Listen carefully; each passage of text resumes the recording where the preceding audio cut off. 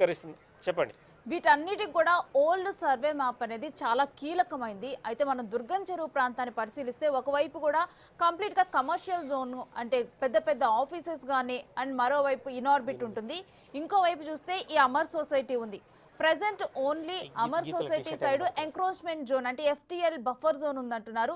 మరి ఆ company side buffer zone అనేది ఉందా? ఆ 60 ఎకర్స్ ల్యాండ్ అనేది అసలు లిమిటేషన్ ఎక్కడి నుంచి ఎక్కడికి ఉందని ఆ ఓల్డ్ సర్వే మ్యాప్స్ లో ఉందని ఇక్కడ అమర్ సొసైటీ వాళ్ళు ఏం చెప్తున్నారు అసలు? అంటే డిఫరెంట్ ఒపీనియన్స్ ఇక్కడ కనిపిస్తున్నాయి. ఒక సర్వే నెంబర్లో 84 ఎకరాలు, ఒక దాంట్లో 160 ఎకరాలు, ఇట్లా డిఫరెంట్ ఒపీనియన్స్. అంటే మొదట్లో ఎకరాలుగా కొలిచారు, తర్వాత హెక్టార్లలో కొలిచారు. డిఫరెంట్ ఒపీనియన్స్ కనిపిస్తున్నాయి. అంటే అధికారులు మారినప్పుడు కూడా మరి కొలతలు మార్చారా, లేదంటే వాళ్ళు ఎలా ఈ వీటిని తీసుకున్నారని చూడాల్సి ఉంది. ప్రస్తుతం అయితే మనకు ఒక ఫ్లాట్ ఉన్నారు. మీ గుడ్ నేమ్ అండి? శ్రీనివాస్ రెడ్డి. ఓకే. అయితే ఇది ఏమైందంటే యాక్చువల్గా ఎక్కర్స్ని హెక్టర్స్ అయిపోయింది. ఓకే.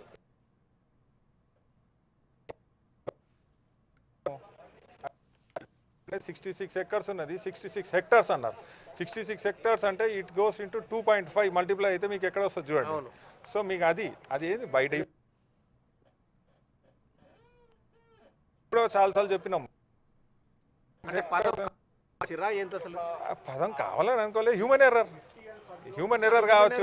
ఇంపాక్ట్ ఎక్కువ పడుతుంది కదా. అదే అంటారా, ఇప్పటికి మేము అదే చెప్తున్నాం కదా, మీరు వెళ్ళి ఒకసారి చూసుకోండి అంటే దాన్ని చూసేటోళ్ళు ఎవరు మా దగ్గరకు వస్తలేరు. అట్లా ఇప్పుడు ఇన్ని రోజులు ఎవరు ఇరిగేషన్ ఇన్ని రోజులు ఎప్పుడూ పట్టించుకోలేదు. ఇప్పుడు అంటే ఇప్పుడు ఫర్ ఎగ్జాంపుల్ ఎక్కడైనా ఇరిగేషన్ డిపార్ట్మెంట్ అన్న వాళ్ళు అసలు ఇప్పటికీ నేను చెప్తున్నాను, నాకు ఇక్కడ కాదు వేరే దగ్గర కూడా ఇల్లు ఉంది, అక్కడ కూడా తెలియదు నాకు అది FTLలో ఉందో లేదో. ఎందుకంటే మనం ఎప్పుడు ఇరిగేషన్ దగ్గర కొనే లేదు.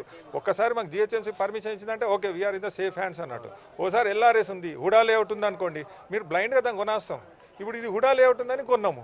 ఇప్పుడు హుడా లేఅవుట్ ఉన్నది కూడా మనం నమ్మలేమంటే ఇప్పుడు రేపు LRSకి ఇప్పుడు LRS రేపు గవర్నమెంట్ రిలీజ్ చేస్తుంది, LRSని మనం ఎంతవరకు నమ్మొచ్చు?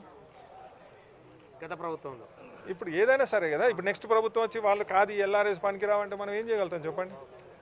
సో మేమనేది ఏంటంటే మీరు ఏదైనా సరే మేమనేది ఏంటంటే మాకు ఏ విధంగా హెల్ప్ చేయగలుగుతారు. ఇప్పుడు గవర్నమెంట్ ఎప్పుడైనా ఇట్స్ లైక్ హెల్పింగ్గా వెళ్ళాలి, కానీ మాకు ఏంటంటే అగేన్స్ట్గా పోతున్నట్టు అట్లా మేము అనుకుంటలేము. కానీ మాకు ఏదో ఒక దారి చూపెట్టండి. ఇప్పుడు మేము ఇప్పుడు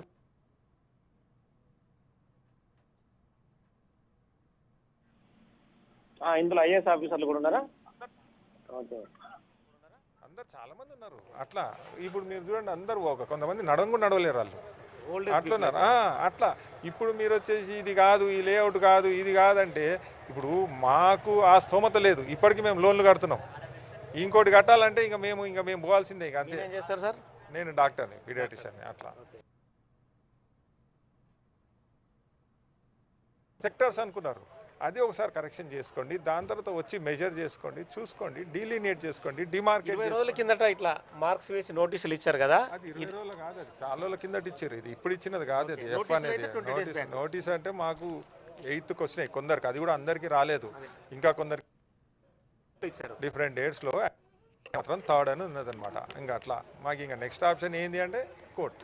అంటే మీ దగ్గర IASలు కూడా అంటున్నారు కదా, మీకు వచ్చిన ఫీడ్బ్యాక్ ఏంటి ప్రభుత్వం నుంచి కానీ ఆఫీసర్స్ నుంచి కానీ? ఇప్పుడు గవర్నమెంట్ అనేది వాళ్ళంతా రిటైర్డ్, సో వాళ్ళకి అనుకుంటారు కదా కామన్గానే, అట్లా ఏమి ఒకటి ఈ ప్రాజెక్ట్ గురించి దీని గురించి వాళ్ళకి ఏం తెలియదు. అందరూ almost 70-75 they are resting people. అట్లా వాళ్ళ నుంచి మాకైతే ఏం ఫీడ్బ్యాక్ అయితే ఇంతవరకు రాలేదు. శేర్లింగంపల్లి మున్సిపల్ కమిషనర్ ఏమైనా కలిసారా? మా గోపాల్ వెళ్ళి కలుస్తున్నాడు, అందరు తహసీల్దార్ని వీళ్ళందరినీ కలిసినాం. అందరికి ఇచ్చినాం వాళ్ళకి. అంటే నోటీస్కి రిప్లై ఇవ్వాలి కదా, నోటీస్కి రిప్లై ఇచ్చినాం. ఇది లేదు, లాస్ట్ ఇయర్ కమిటీది నోటీసులు అవన్నీ దానికి రిప్లై ఇచ్చినాం అనమాట. వాళ్ళు ఏమి అంటే పర్టికులర్ వర్డ్ ఏం పేర్కొన్నారు నోటీస్లో మాకు ఒకటి వాల్టా చట్టం అని ఇచ్చారు. వాల్టా చట్టం వచ్చింది 2002లో. This layout is 1995. So Walta చట్టం దానికి పనిచేయదు, వర్తించదు. అది రెండోది ఏంటంటే FTL మీరు కరెక్ట్ డిమార్కేషన్ చేయలేదు. FTL మాకు మేమేం చేయాలి చెప్పండి? FTL ఇప్పుడు వాన పడ్డది, ఇక్కడ నీళ్ళు వచ్చినాయి, ఇక్కడ ఆగినాయి, ఇది FTL అంటే ఇంకా మొత్తం సిటీ అంతా ఇంకా FTL కిందకే వస్తుంది. అట్లా నేను అనేది అది. అంటే ఫర్దర్గా మీరు ఈ కాపాడుకోవడం కోసం ఫర్దర్గా ఏం చేయదలుచుకున్నారు? ఇక ఏం లేదు, ఇక అందరం కలిసి కోర్టు కన్నా వెళ్ళాలి అనుకుంటున్నాం అంతే. ఇక వేరే ఆప్షన్ ఏం లేదు. వెళ్ళిర్రు, వాళ్ళకు కూడా పాజిటివ్ నోట్ వచ్చింది, కోర్టు కూడా అడిగినది. మీరు ఇప్పుడు దుర్గం చెరువులో మీరే కన్స్ట్రక్షన్ చేస్తున్నారు, ఓకే, కేబుల్ బ్రిడ్జ్ కట్టిర్రు, దాని తర్వాత బ్యూటిఫికేషన్ చేసిర్రు, చుట్టూ సైకిల్ ట్రాక్ కట్టిర్రు, దాని తర్వాత స్టాండ్స్ కూర్చోనికి ఇచ్చిర్రు, పార్క్ ఇచ్చిర్రు. వాళ్ళకి ఈ అబ్జెక్షన్ లేనిది మీరు వీళ్ళు ఎట్లా ఎన్క్రోచ్ అయ్యారని చెప్పేసి కోర్టు అడిగింది. So they are asking nice questions, చూద్దాం ఎట్లా ఉంటుందో ముందు ముందు. అట్లా మేమనేది ఏంటంటే మాకు హఠాత్తుగా వచ్చి మాకు ఎట్లుందంటే ఇది ఏదో శత్రు దేశంలో పాకిస్తాన్ పక్కన కూర్చున్నట్టుంది మాకు, కరెక్ట్ చెప్పాలంటే. ఎప్పుడు బాంబు పడుతుందా అన్నట్టు ఉంది అది.